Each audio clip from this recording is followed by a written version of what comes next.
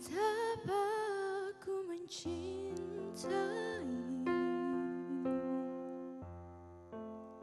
segala yang telah terjadi, tak pernah sendiri jalani hidup ini, selalu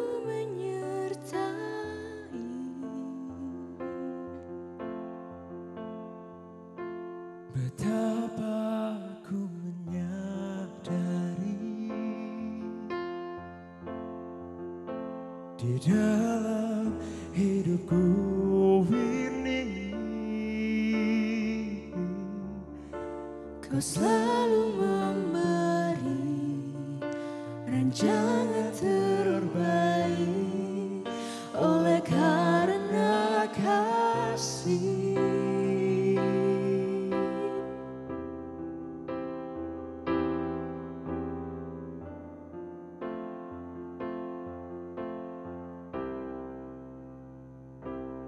Bapa, sentuh hatiku, ubah hidupku menjadi yang baru, bagai emas yang murni. Kau membantu bejana hati.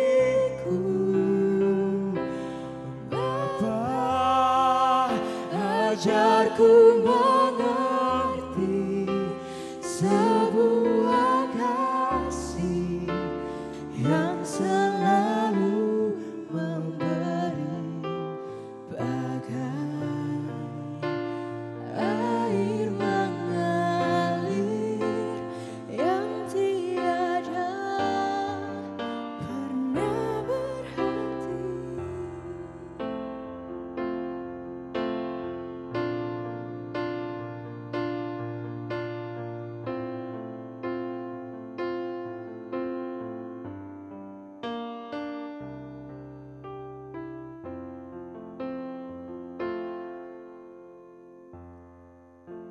Betapa ku mencintai segala yang telah terjadi, tak pernah sendiri jalani hidup ini, Selalu menyertai.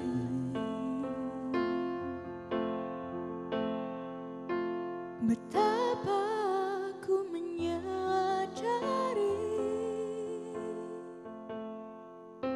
di dalam hidupku ini, kau selalu memberi rancangan terbaik oleh karena kasih.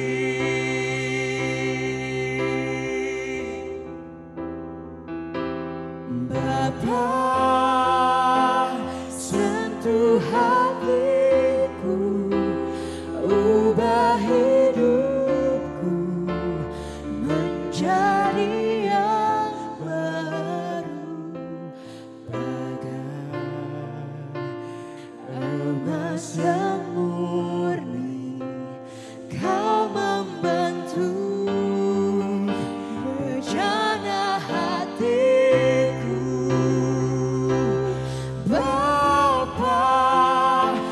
Ajarku mengerti sebuah kasih yang selalu memberi, bagai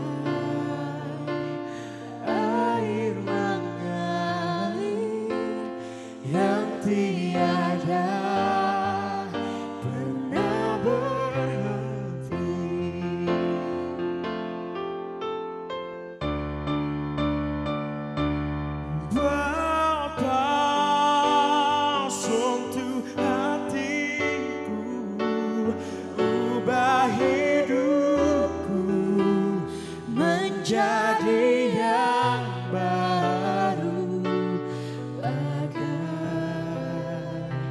emas yang murni. Kau membantu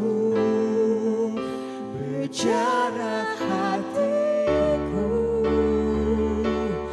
Bapa, ajarku mengerti sebuah kasih yang selalu memberi, bagai air mengalir yang tiada pernah berhenti. Air mengalir yang tiada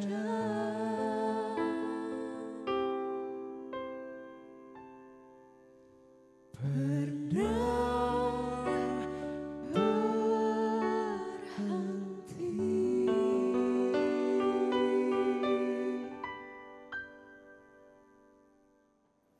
Para pemirsa dimanapun Anda berada, berjumpa kembali dengan kami dalam acara Indonesia Bertakwa dalam segmen Mimbar Agama Katolik. Saudara dan saudari para pemirsa, dalam perjumpaan kita hari ini, kita ditemani dengan adik-adik kita dari SMA Saverius 3 yang bernyanyi dan juga ditemani oleh Romo Anton Liberto sebagai narasumber kita. Beberapa saat yang lalu kita semua dihebohkan dengan berita di mana ada begitu banyak orang yang dibawa ke luar negeri dan akhirnya organ tubuhnya pun diambil dan diperjualbelikan. Nah, para pemirsa, inilah yang disebut dengan perdagangan manusia. Maka dalam perjumpaan kita akan bersama-sama berbicara, bincang-bincang bersama dengan Romo Anton Liberto berkaitan dengan perdagangan manusia dalam tema dosa sosial human trafficking. Kita akan bersama-sama diajak untuk melihat apa itu perdagangan manusia. Lalu bagaimana pandangan gereja tentang hal itu? Lalu apa yang bisa kita lakukan sebagai umat beriman di dalam menanggapi situasi sosial yang demikian? Maka mari kita jumpai Romo Liberto sebagai narasumber yang sudah berada bersama dengan kita. Romo Liberto, apa kabar? Luar biasa Romo. Baik Romo ya? Baik, sehat. Baik Puji Romo, Tuhan. terima kasih atas kehadirannya dalam segmen Mimbar Agama Katolik. Nah Romo, beberapa saat yang lalu kan ada berita yang heboh berkaitan bagaimana ada orang-orang yang kemudian diperjualbelikan, secara khusus diambil organ tubuhnya dan seterusnya. Nah ini kan berkaitan dengan perdagangan manusia Romo ya. Nah, Betul Romo. mungkin Romo sebagai Ketua Komisi Keadilan Perdamaian Keuskupan Agung Palembang bisa menjelaskan kepada para pemirsa apa itu sebenarnya perdagangan manusia itu Romo atau human trafficking itu. Terima kasih Romo. Baik, perdagangan manusia atau human trafficking atau perdagangan orang itu adalah tindakan dari mulai perekrutan, lalu pengiriman, pengangkutan, dan juga pemindahan, penampungan, sampai pada penerimaan ya, orang. Dan itu biasanya modusnya itu bisa dengan ancaman kekerasan, bahkan dengan kekerasan, lalu juga penipuan, penculikan, dan yang lainnya dengan tujuan untuk eksploitasi Romo, atau mengakibatkan orang itu tereksploitasi. Itulah perdagangan manusia. Dan memang harus diakui bahwa perdagangan orang atau perdagangan manusia itu menjadi salah satu keprihatinan yang luar biasa saat ini, dan gereja Sumatera itu juga melihat sebagai bentuk keprihatinan. Yang lebih memprihatinkan lagi itu korbannya itu sebagian besar adalah perempuan, Romo. Bahkan ada juga anak-anak. Ini harus kita akui bersama bahwa perempuan, anak-anak itu adalah mereka yang rentan dan sangat banyak menjadi korban dari perdagangan manusia ini, Romo. Oke, baik Romo.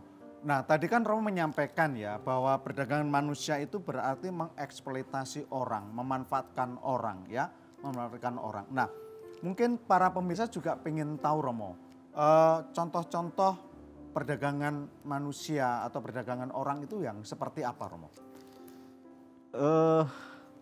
Di zaman sekarang ini memang ada banyak bentuk, Romo ya, ada banyak model ya, bagaimana contohnya mulai dari perekrutan, itu biasanya dengan iming-iming tawaran kerja, lalu akan dikirim ke suatu tempat yang bisa jadi orang itu sebenarnya tidak tahu di tempat itu akan diapakan, resiko seperti apa, tetapi mendapat iming-iming, mendapat janji yang bisa jadi itu palsu.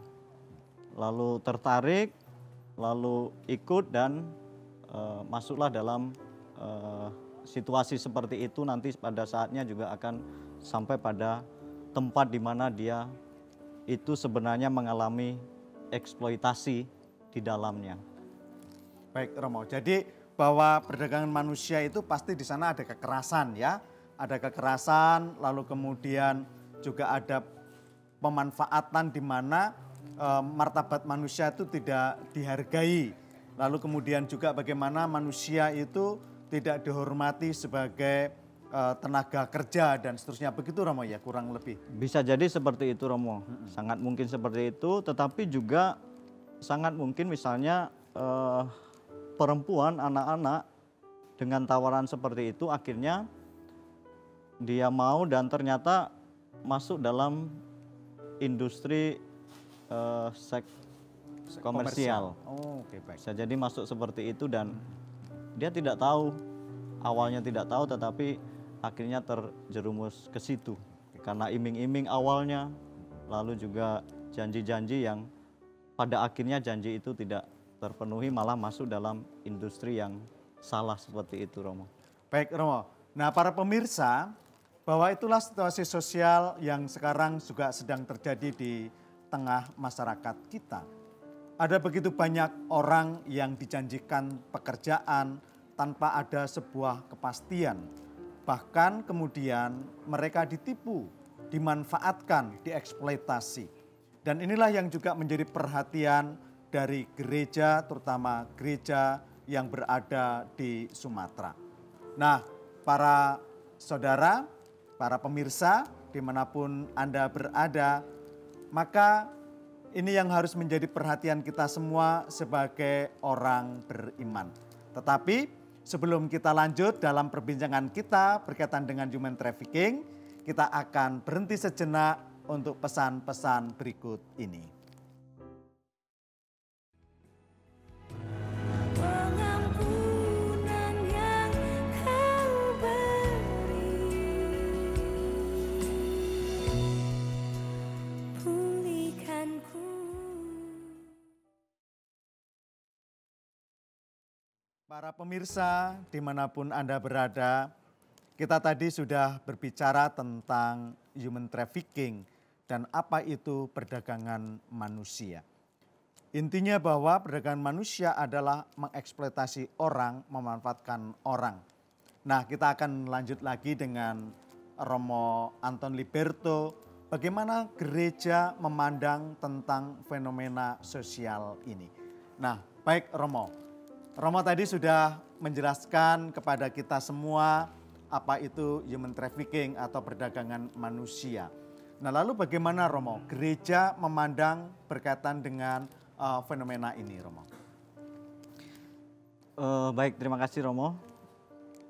Jadi kalau dalam hukum positif Indonesia melihat perdagangan orang atau human trafficking ini sebagai kejahatan besar dan itu diatur dalam Undang-Undang Pemberantasan Tindak Pidana Perdagangan Orang.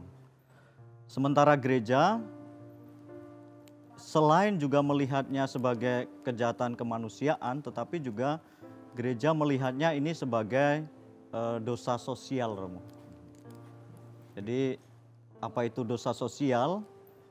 Dosa sosial itu bukan hanya kesalahan individu, tetapi dosa yang memang sudah mengakar dalam struktur masyarakat yang ada. Sehingga akibatnya apa? Akibatnya itu penindasan terhadap sesama manusia. Itu dosa sosial, Romo. Jadi perdagangan orang itu dilihat sebagai dosa sosial. Oke, baik Romo, ini menarik. Nah, para pemirsa, bahwa rupanya dalam pandangan gereja, dalam iman kita, dosa bukan hanya dosa pribadi, bahwa ada dosa sosial. Tadi Romo Anton sudah menjelaskan bahwa dosa sosial itu adalah dosa yang mengakar pada struktur masyarakat. Jadi dosa sosial ini berarti dosa yang bukan hanya dilakukan oleh sebuah individu, Romo, ya, atau orang pribadi, ya, tetapi dosa yang memang sudah berada di dalam situasi atau struktur masyarakat itu sendiri, Romo, ya. Betul, Romo. Jadi dia bukan hanya, sekali lagi bukan hanya kesalahan individu, tetapi memang sudah mengakar dalam struktur masyarakat. Mengapa begitu? Karena mengapa gerejanya melihat sebagai dosa sosial? Karena di dalam perdagangan orang itu ada perendahan martabat manusia, Romo. Jadi kalau misalnya dalam Gereja Katolik yang didasarkan pada kitab Kejadian, bagaimana gereja melihat manusia itu juga adalah ciptaan yang luhur. Bahkan di sana dijelaskan, Romo, bahwa manusia itu diciptakan segambar, manusia itu diciptakan secitra dengan Allah, maka begitu tinggi martabat manusia, Romo. Tetapi perdagangan manusia merendahkan martabat itu karena melihat itu sebagai objek barang yang dapat diperjualbelikan. Baik Romo, ini menarik. Nah, para pemirsa, bahwa kita semua diingatkan bagaimana luhurnya martabat manusia sebagai ciptaan Allah sendiri. Bahwa manusia diciptakan secitra dengan Allah atau segambar dengan Allah. Bahwa disinilah keluhuran manusia itu. Dan tadi Romo Anton Liberto sudah menjelaskan bahwa perdagangan manusia itu berarti merendahkan martabat atau keluhuran manusia itu sendiri sebagai ciptaan Allah yang segambar dengan Dia. Mengapa? Karena perdagangan manusia itu berarti bahwa memperlakukan manusia seperti barang yang bisa diperjualbelikan dan atau bisa dieksploitasi tadi. Nah, baik Romo, ini menarik bahwa gereja melihat perdagangan manusia ini sebagai dosa sosial dan dasarnya adalah dari kitab suci, dari kitab Kejadian, ya, dari kisah penciptaan manusia. Nah, lalu bagaimana berkaitan dengan ajaran-ajaran gereja yang lain, Romo? Karena gereja memandangnya sebagai bentuk perendahan martabat manusia, manusia melihatnya sebagai barang, maka gereja secara resmi misalnya dalam Gaudium et Spes, Romo, sebagai salah satu hasil dari Konsili Vatikan II, itu yang melihat bahwa perdagangan manusia, prostitusi, itu adalah aib yang merendahkan martabat luhur manusia. Dan gereja juga melihatnya itu sebagai bentuk kejahatan yang serius terhadap hak asasi manusia, Romo. Jadi gereja sungguh memberikan perhatian dengan memberikan ajaran yang luhur tentang martabat manusia, sehingga perdagangan manusia itu yang di dalamnya itu terjadi perendahan martabat manusia itu disebut sebagai aib bagi kita. Baik Romo. Nah para pemirsa, bahwa gereja sudah sekian lama dari sejak tahun 60-an di dalam Konsili Vatikan kedua sudah mengangkat isu akan perdagangan manusia ini, eksploitasi tentang manusia.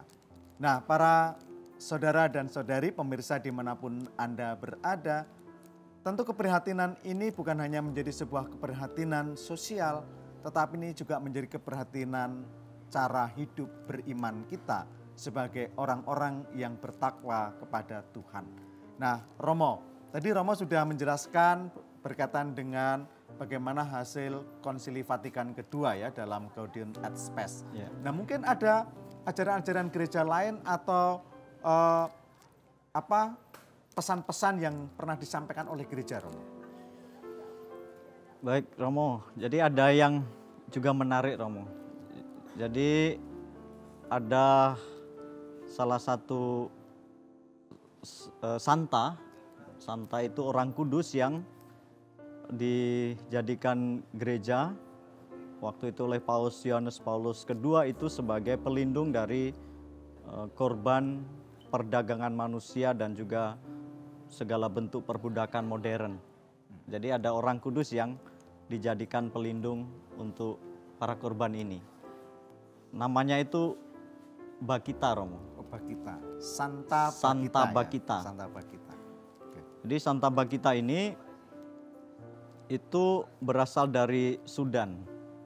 Dari negara Sudan dan sejak kecil, ya, kurang lebih waktu itu umur 7-8 tahun, dia itu mengalami penculikan, diculik oleh pedagang budak pada waktu itu untuk dijual. Nama Bakita sendiri itu sebenarnya diberikan oleh yang menculik itu, Romo. Nama Bakita itu. Dan selama hampir 12 tahun, ia terus mengalami diperjualbelikan di pasar budak.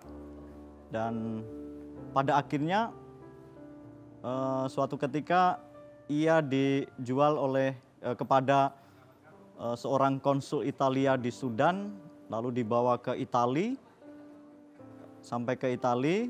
Di Italia itu akhirnya oleh pengadilan Italia diputuskan bahwa perbudakan itu tidak sah menurut hukum, sehingga Bakita ini bebas dan kemudian ia masuk biara Kanosian di Italia, dan dengan kekudusannya, imannya yang mendalam, kasihnya kepada sesama karena pernah mengalami bagaimana penderitaan sebagai korban perdagangan itu, maka ia dikenal kesuciannya dan ia akhirnya meninggal dan dikanonisasi oleh Paus Paulus II tahun 2000 itu sebagai Santa pelindung para korban perdagangan manusia.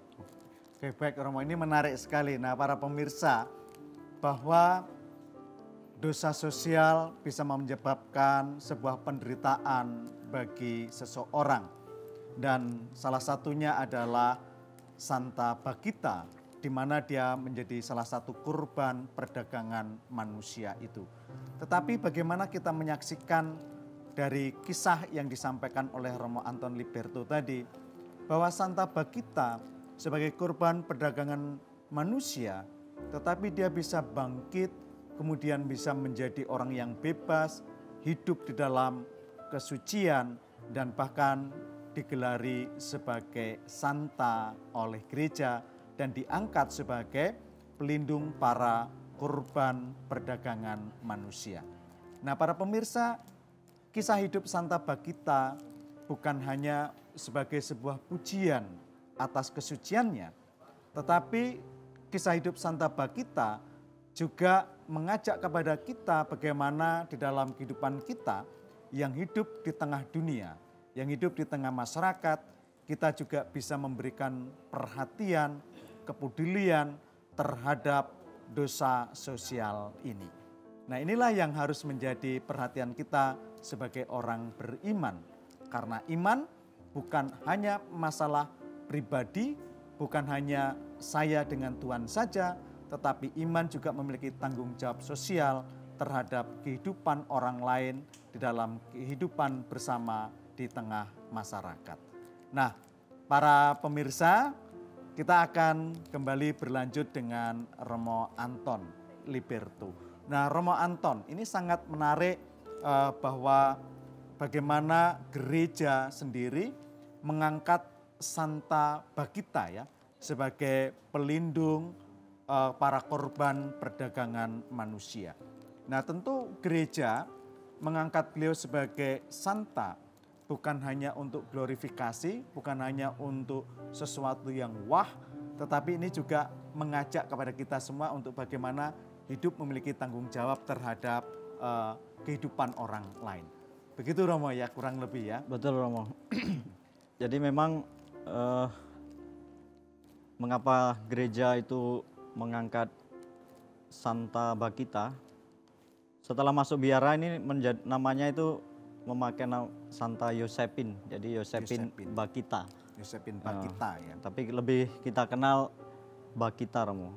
Ini menjadi bentuk bahwa gereja itu peduli kepada terutama pada korban perdagangan manusia dan bagaimana gereja ingin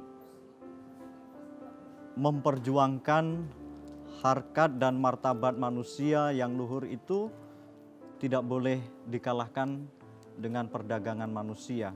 Maka gereja tentu dalam hal ini itu terus menyuarakan untuk anti perdagangan manusia. Juga menjadi salah satu bentuk kepedulian gereja, perhatian gereja terhadap perdagangan orang atau perdagangan manusia ini Romo, bahwa di setiap keuskupan itu memiliki komisi keadilan perdamaian Romo. Sebagai yang di dalamnya itu juga memiliki tugas tanggung jawab untuk menyuarakan anti perdagangan manusia. Bagaimana pencegahan agar tidak terjadi perdagangan manusia, dan kalau itu terjadi bagaimana komisi ini juga harapannya bisa membantu korban dari perdagangan manusia ini Romo. Jadi ini menjadi hal-hal seperti ini menjadi bentuk perhatian gereja yang luar biasa terhadap harkat dan martabat manusia, terutama dalam kaitannya dengan perdagangan orang Romo. Oke, baik Romo tuh. Nah, para pemirsa, bahwa bagaimana gereja memberikan perhatian terhadap situasi ini berkaitan dengan perdagangan manusia, bahkan kemudian di setiap keuskupan didirikan, dibentuk komisi keadilan dan perdamaian. Nah, kita nanti akan berlanjut dengan Romo Anton Liberto bagaimana Komisi Keadilan dan Perdamaian menyikapi hal ini. Namun sebelum itu kita akan berhenti untuk pesan-pesan berikut ini. Pengampunan yang Kau beri, pulihkanku.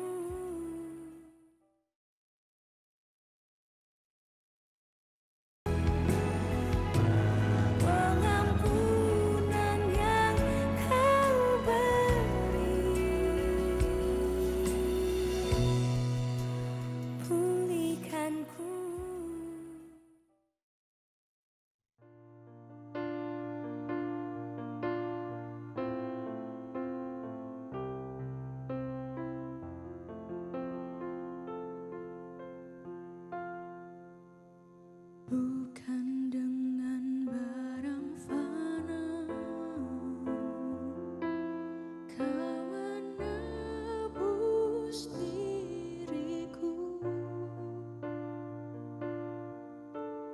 bukan dengan darah yang mahal, tiada noda dan celah, bukan dengan emas perak. Kau menebus diriku oleh segenap kasih dan pengorbananmu. Ku telah mati dan tinggalkan cara hidupku yang lama. semua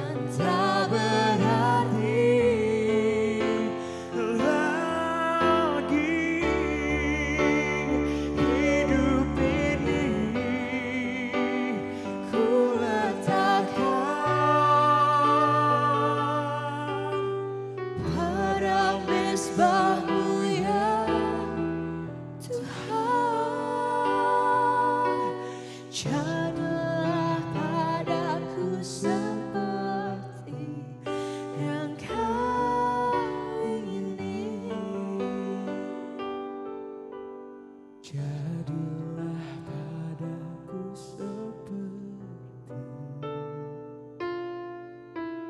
Jadilah padaku seperti Engkau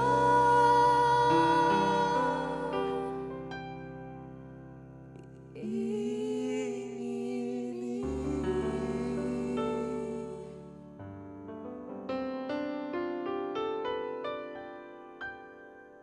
Para pemirsa, tadi kita sudah mendengarkan dari Romo Anton Liberto bahwa keprihatinan gereja terhadap perdagangan manusia bukan hanya sebagai sebuah seruan moral dan iman, tetapi ini juga harus menjadi sebuah tindakan pastoral, di mana gereja harus hadir, gereja harus turun di dalam menjawab isu-isu ini. Tadi Romo Anton Liberto sudah menyampaikan bagaimana gereja menjawab ini dengan mendirikan komisi-komisi di setiap keuskupan, yakni Komisi Keadilan dan Perdamaian. Nah, di Keuskupan Agung Palembang, Romo Liberto merupakan ketua dari Komisi Keadilan dan Perdamaian. Maka mari kita kembali berbincang-bincang dengan Romo Anton Liberto, bagaimana gereja menyikapi hal ini di dalam tindakan pastoralnya. Nah, Romo Anton, tadi Romo Anton sudah menyampaikan bahwa di setiap keuskupan untuk menjawab situasi sosial ini didirikan Komisi Keadilan dan Perdamaian. Dan di Keuskupan Agung Palembang ini kebetulan Romo Anton sendiri yang menjadi ketua komisinya. Nah, mungkin Romo Anton bisa menyampaikan atau men-sharingkan, membagikan apa yang sudah dilakukan oleh gereja di dalam menjawab isu perdagangan manusia ini, Romo. Di keuskupan itu memang ada Komisi Keadilan Perdamaian atau ada juga yang menamakannya GPIC, Romo, yang memang salah satu bagiannya ya untuk pastoral terhadap mengenai human trafficking ini atau perdagangan orang. Dan di Gereja Katolik Sumatera, para Bapak Oskup dan juga para pemimpin religius, perdagangan orang itu menjadi salah satu keprihatinan utama. Maka human trafficking atau perdagangan orang ini menjadi pastoral prioritas, Romo. Oleh karena itu, setiap keuskupan sangat memberi perhatian terhadap bentuk perdagangan orang ini. Dan tentu salah satunya adalah keuskupan kita, Keuskupan Agung Palembang. Sehingga Komisi Keadilan Perdamaian Keuskupan Agung Palembang tentu juga menyikapinya dengan membuat program-program kerja, tetapi juga langkah-langkah pastoral yang diperlukan. Salah satu langkah pastoralnya tentu adalah juga terkait bagaimana kita mengkampanyekan anti perdagangan orang, dan juga sebagai umat beriman tentu kita juga berdoa, Romo. Doa untuk para korban anti perdagangan, untuk para korban perdagangan orang dimanapun berada. Doa sedunia atau doa internasional untuk anti perdagangan manusia ini ditetapkan 8 Februari, Romo, bertepatan dengan meninggalnya Santa Bagita tadi. Itu tentu ada banyak langkah-langkah pastoral yang lain, itu salah satunya dengan berdoa, tetapi hal-hal konkret yang bisa kita lakukan itu adalah juga bagaimana terus mengkampanyekan ini melalui media-media yang ada. Salah satunya saat ini, Romo, melalui media televisi ini kita juga mengajak bagaimana kita itu anti perdagangan manusia atau anti human trafficking ini. Tentu lewat media sosial yang lain, orang-orang muda Katolik, juga orang-orang muda dimanapun itu juga bisa membuat gerakan melalui media sosial yang ada untuk anti perdagangan orang atau anti human trafficking ini. Oke, baik Romo. Nah, para pemirsa, bahwa salah satu hal yang bisa kita buat di dalam menjawab isu atau keprihatinan sosial perdagangan manusia itu adalah dengan doa. Dan gereja seperti yang disampaikan oleh Romo Anton Liberto tadi sudah menentukan pada tanggal 8 Februari sebagai doa internasional untuk mereka yang menjadi korban perdagangan manusia. Tetapi selain doa juga ada langkah-langkah pastoral yang bisa dibuat oleh kita semua. Nah, tadi Romo mengatakan bahwa salah satunya itu adalah dengan media sosial dan seterusnya. Nah, yang mau dibangun itu apa Romo? Apakah kesadaran ataukah bagaimana berkaitan dengan sosialisasi ini Romo? Kesadaran itu menjadi salah satunya Romo ya. Bahwa perdagangan orang itu sebenarnya nyata hadir dalam kehidupan lingkungan kita yang barangkali kurang kita sadari sebenarnya. Dan itu hadir dalam bentuk perbudakan modern. Misalnya apa? Misalnya asisten rumah tangga contohnya yang tidak memiliki kebebasan karena diberi hutang ya. Hutang lalu karena tidak bisa membayar akhirnya terus terikat dan ya akhirnya diberi gaji yang sangat rendah atau bahkan tidak digaji sampai kapan sampai tidak tahu. Dan ini adalah sebenarnya bentuk perbudakan modern yang bagian dari perdagangan manusia. Nah, ajakan tadi bagaimana menggunakan media sosial yang ada atau media-media apapun itu sebagai bentuk membangun kesadaran bahwa perdagangan manusia itu nyata ada di sekitar kita dengan berbagai macam bentuknya. Perbudakan modern ini sekarang nyata ada di sekitar kita. Sehingga apa? Sehingga memang yang kita lakukan ya melalui media-media yang ada, gerakan bagaimana kita membangun kesadaran dengan menggemakan terus anti perdagangan manusia, ini harapannya menjadi kesadaran tetapi kemudian juga menjadi tindakan konkret bagaimana kita orang yang sangat mungkin menjadi konsumen dalam tanda kutip Romo ya, itu tidak memakai seperti itu, tidak dalam tanda kutip menjadi konsumen. Baik Romo. Nah, para pemirsa, bagaimana Romo Anton Liberto sudah mengingatkan kita semua bahwa perdagangan manusia itu bisa terjadi di sekitar kita. Bahkan bisa saja terjadi di dalam rumah kita. Ketika kita memiliki asisten rumah tangga, kemudian memperlakukannya secara tidak manusiawi, itu sudah menjadi bagian dari perdagangan manusia. Nah, para pemirsa, kita akan lanjut perbincangan kita, tetapi kita akan berhenti sejenak untuk pesan-pesan berikut ini. Pengampunan yang Kau beri, pulihkanku.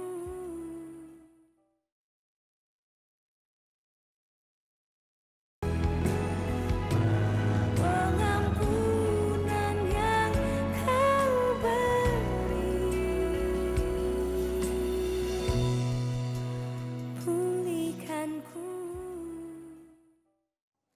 Para pemirsa dimanapun Anda berada, keprihatinan terhadap perdagangan manusia menjadi keprihatinan kita sebagai umat manusia dan sekaligus sebagai orang beriman.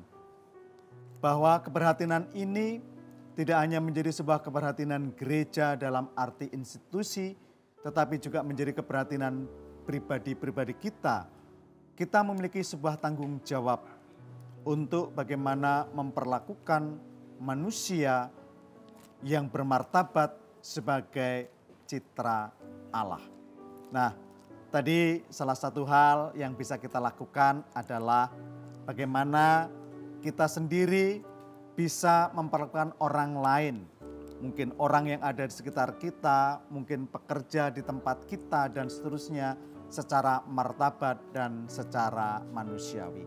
Nah, Romo Anton, tadi Romo sudah menyampaikan bagaimana bahwa kita semua itu memiliki sebuah tanggung jawab di dalam kehidupan sosial. Bagaimana kita semua juga memiliki tanggung jawab terhadap kehidupan orang lain. Hal yang sangat sederhana yang Romo Anton tadi bicarakan adalah mungkin di rumah kita ada asisten rumah tangga.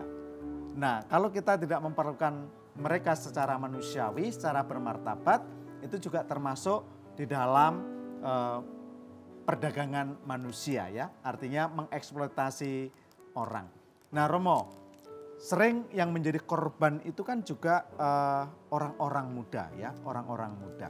Nah bagaimana Romo itu bisa menyampaikan hal ini kepada orang-orang muda.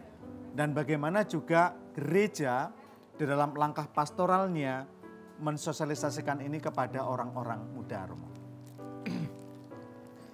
Kepada orang-orang muda tentu ini menjadi salah satu bentuk pencegahan ya, bagaimana kita membangun kesadaran terutama kepada orang-orang muda. Ini yang sering menjadi korban, mengapa? Karena ya membutuhkan pekerjaan. Orang-orang muda yang sedang membutuhkan pekerjaan, mencari pekerjaan, kemudian mendapat tawaran misalnya ke luar negeri dengan dijanjikan ini itu, tetapi sebenarnya kita tidak tahu nanti resiko di sana itu seperti apa, lalu juga tidak memahami proses-proses yang benar itu seperti apa. Ini biasanya yang sering menjadi korban, terutama orang-orang muda yang ya katakanlah memang sangat membutuhkan pekerjaan karena situasi ekonomi yang tidak mudah atau situasi ekonomi yang saat ini sulit, ya akan gampang tergiur seperti itu. Maka harapannya kepada orang-orang muda untuk memiliki kesadaran ini, jangan cepat percaya kepada tawaran-tawaran atau janji-janji yang diberikan, tetapi juga sungguh sadar bahwa bentuk perbudakan modern ini bisa berbagai macam hal. Tadi salah satunya tadi hanya menjadi salah satu Romo, bahwa misalnya kepada asisten rumah tangga tadi. Maka mari kepada orang-orang muda, terutama yang mungkin saat ini sedang ada di bangku sekolah, mungkin di tingkat pendidikan menengah atau pendidikan tingkat atas SMP SMA, untuk mulai membangun kesadaran bahwa human trafficking, perdagangan orang itu nyata dan sangat mungkin terjadi pada kita kalau kita tidak hati-hati untuk melihat tawaran-tawaran, janji-janji yang diberikan kepada kita supaya kita itu ikut, supaya kita itu mau. Oke, baik Romo. Nah para pemirsa, kita bersama-sama sudah mendengarkan dari Romo Anton Liberto apa itu perdagangan manusia yang menjadi dosa sosial. Kita sebagai orang beriman memiliki sebuah tanggung jawab terhadap situasi masyarakat. Dan kita sebagai orang beriman memiliki tanggung jawab untuk memperlakukan manusia bermartabat sebagai citra Allah. Romo Anton Liberto, terima kasih atas kehadirannya yang berkenan menjadi narasumber. Ya, Romo. Terima kasih kepada adik-adik kita dari Savega SMA Saverius 3 yang juga menjadi singers kita dalam perjumpaan kita kali ini. Nah, para pemirsa, kita akan mengakhiri perjumpaan kita ini dengan doa dan nanti berkat. Mari kita berdoa. Dalam nama Bapa dan Putra dan Roh Kudus. Amin. Allah Bapa di surga, kami bersyukur kepadamu karena Engkau telah menciptakan kamu manusia secitra dengan Engkau sendiri. Inilah martabat luhur yang kami miliki karena Engkau telah memberikannya kepada kami. Karena itu kami mohon, berkenalah kiranya Engkau membimbing kami, menyadarkan kami, agar kami juga senantiasa memperlakukan sesama kami semartabat sebagai citramu. Semoga dengan ini, maka kami menghormati satu sama lain, kami memperlakukan sesama kami secara manusiawi, demi kemuliaan namamu kini dan sepanjang masa. Amin. Tuhan bersamamu dan bersama rohmu. Semoga para saudara dan saudari dan semua orang yang juga menjadi korban perdagangan manusia senantiasa diberkati oleh Allah yang Maha Kuasa, Bapa, Putra, dan Roh Kudus. Amin.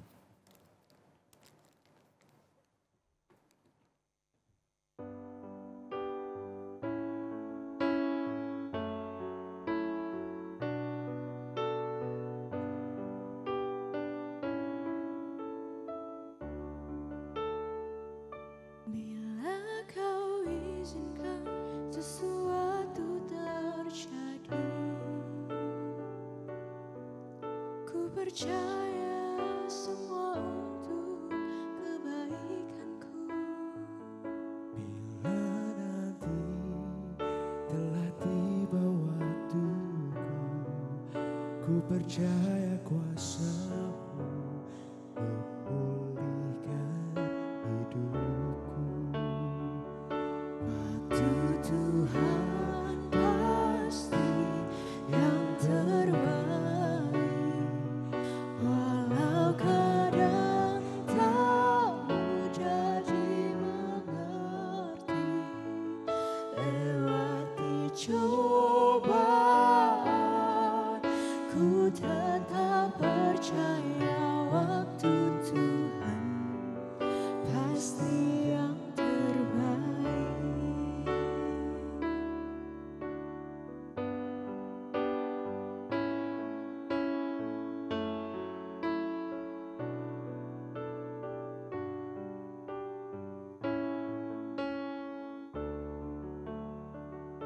Bila kau izinkan sesuatu terjadi, ku percaya semua